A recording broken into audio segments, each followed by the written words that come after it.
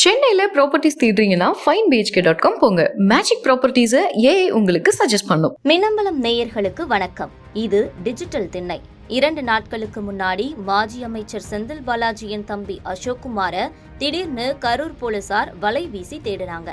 Chennai MRC நகர்ல இருக்கிற அசோக்குமார் வீட்டுக்குள்ள நுழைஞ்சும் தேடினாங்க. திடீர்னு போலீஸ் அசோக்குமார தேடினது ரொம்பவே பரபரப்பாகிடுச்சு. முதல்ல என்ன கேஸ்ல அசோக்குமார போலீஸ் தேடுதுன்னே தெரியல.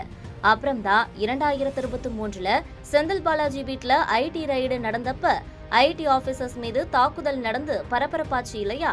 அந்த வழக்குல தான் அசோக்குமார இப்ப திடீர்னு போலீஸ் தேடுதுன்னு தகவல் வந்துச்சு. சட்டசபையில நேத்து சபாநாயகர் ஜேசிடி பிரபாகரின் செயல்பாடுகள் திமுக உள்ளிட்ட எதிர்க்கட்சிகளை ரொம்பவே மகிழ்ச்சியடைய வச்சிருக்கு. ஆளுநர் உரைக்கு நன்றி தெரிவிக்கும் தீர்மானத்தின் மீது விவாதமாக இருந்தாலும் எதிர்க்கட்சியினரும் கருத்துக்களை பதில் சொல்ல அனுமதிச்சாரு சபாநாயகர். குறிப்பா அமைச்சர் ஆதவ் அர்ஜுனா திமுகவினர் பத்தி பேசினப்ப ஆதாரம் இல்லாம பேசாதீங்க, எந்த ஊர், எந்த வழக்கு, எந்த போலீஸ் ஸ்டேஷன் சொல்லிட்டு பேசுங்கன்னு கையை நீட்டி வார்னிங் கொடுத்தாரு. ஆதவ் அர்ஜுனாவும் இன்னைக்கு ஆதாரங்களை கொடுக்கிறேன்னு சொல்ற அளவுக்கு சீரியஸாக இருந்தாரு சபாநாயகர் ஜேசிடி பிரபாகர். அதே மாதிரி சென்னை மேயர் பிரியாவுக்கும் டிவிகே எம்எல்ஏ பல்லவிக்கும் கட்டடம் திறக்கிறதுல மோதல் ஏற்பட்டுச்சு இல்லையா? அந்த சம்பவம் தொடர்பாக நடவடிக்கை எடுக்கணும்னு பல்லவி எம்எல்ஏ கொடுத்த மனு மீது நடவடிக்கை எடுக்கலைன்னு சொன்ன சபாநாயகர் அனைத்து அரசு நிகழ்வுகளிலும் மரபு நெறிமுறைப்படி அந்த தொகுதியை சார்ந்த சட்டமன்ற உறுப்பினர்களுக்கு முறையாக அழைப்பு விடுக்கப்பட்டு சட்டமன்ற உறுப்பினர்களின் சிறப்புரிமைகள் மற்றும் மரபு நெறிமுறைகளை கடைபிடிக்க நகராட்சி மற்றும் மாநகராட்சி ஆணையர் உள்ளிட்ட அனைத்து உள்ளாட்சி அமைப்புகளை சார்ந்த அலுவலர்களுக்கும் அனைத்து மாவட்ட ஆட்சித் தலைவர்களுக்கும் உரிய அறிவுறுத்தல்களை வழங்குமாறு மதிப்பிற்குரிய அரசு தலைமைச் செயலாளர் அவர்களுக்கு உத்தரவிடுகிறேன்னு சபாநாயகர் ஜேசிடி பிரபாகர் சொல்லியிருந்தார். இன்னொன்று, அமைச்சர் வன்னியரசு மத்திய அரசுக்கு எதிராக விமர்சனம் வைத்த போதும் சபாநாயகர் குறுக்கிட்டார். இப்படியெல்லாம் சபாநாயகர் நடுநிலையாக இருக்கிறது தான் எதிர்க்கட்சிகளின் ஹாப்பிக்கு காரணம். சபாநாயகர் பத்தி சிஎம் விஜய்க்கு நெருக்கமானவங்க கிட்ட பேசும்போது ஒரு விஷயத்த சொல்றாங்க. அதாவது, எம்ஜிஆர் காலத்துல சபாநாயகராக இருந்த ராஜாராம் ரொம்ப நடுநிலையாக நடந்துக்குவாரு, எதிர்க்கட்சிகளுக்கும் உரிய சுதந்திரம் கொடுத்திருந்தாரு, அவரைத்தான் நான் ஃபாலோ அப் செய்யணும்னு விரும்புறேன், அதாவது ராஜாராம் மாதிரி நடுநிலையாக இருக்க விரும்புறேன்னு சிஎம் விஜய் கிட்ட சபாநாயகர் ஜேசிடி பிரபாகர் சொல்லியிருந்தாரு. சிஎம் விஜயும் சரிங்க அண்ணன்னு ஓகே சொல்லியிருந்தாருன்னு ஷேர் செஞ்சாங்க.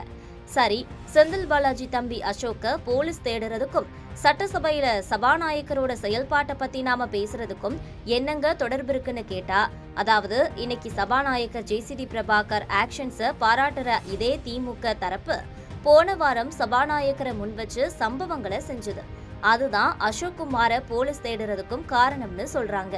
இத பத்தி செந்தில் பாலாஜிக்கு மிக நெருக்கமானவங்க கிட்ட பேசினப்ப தற்போதைய தாவேக்கா ஆட்சி தொடர்ந்து நீடிக்கிறதால திமுகவுக்கு எதிர்காலத்துல ரொம்ப சிக்கலாகிடும்னு எல்லாருமே நினைக்கிறாங்க. போன மே 13ஆம் தேதி தான் விஜய் கவர்மெண்ட் மேல நம்பிக்கை வாக்கெடுப்பு நடந்துச்சு. அதனால அடுத்த 6 மாசத்துக்கு நம்பிக்கை வாக்கெடுப்பு நடத்த முடியாது. ஆனா நம்பிக்கை வாக்கெடுப்புக்கு இணையா விஜய் அரசுக்கு நெருக்கடி தர்ற மாதிரி சபாநாயகர் மீது நம்பிக்கையில்லா தீர்மானம் கொண்டு வர முடியும். அந்த தீர்மானத்தை நிறைவேற்றிவிட்டால் அதை வச்சு தாவேக்கா ஆட்சியை கவிழ்க்க முடியும்னு ஒரு ஸ்கெட்ச் போட்டாங்க. இந்த ஸ்கெட்சோடு களமிறங்கினது செந்தில் பாலாஜி தான். இத பத்தி உதயநிதி ஸ்டாலின் கிட்டையும் டிஸ்கஷன் செஞ்சிருக்காரு செந்தில் பாலாஜி. இதுக்கப்புறம் தான் செந்தில் பாலாஜியும் அவர் தம்பி அசோக்கும் சம்பவத்துல இறங்கிட்டாங்க.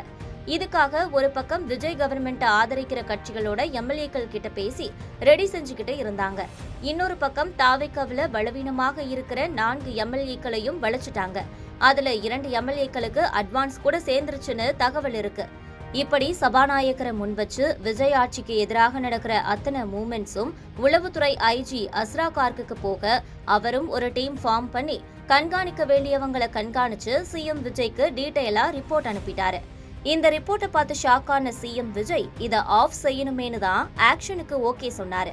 கரூர் போலீஸும் செந்தில் பாலாஜி தம்பி அசோக்குமார வலை வீசி தேட தொடங்கிடுச்சு. சபாநாயகருக்கு எதிரான ஆபரேஷனும் நின்னு போச்சுன்னு சொல்றாங்க. சென்னையில் ப்ராப்பர்ட்டிஸ் தேடுறீங்கன்னா finebhk.com போங்க. மேஜிக் ப்ராப்பர்ட்டிஸை ஏஐ உங்களுக்கு சஜஸ்ட் பண்ணும். மின்னம்பலம்.com தமிழின் முதல் மொபைல் பத்திரிகை.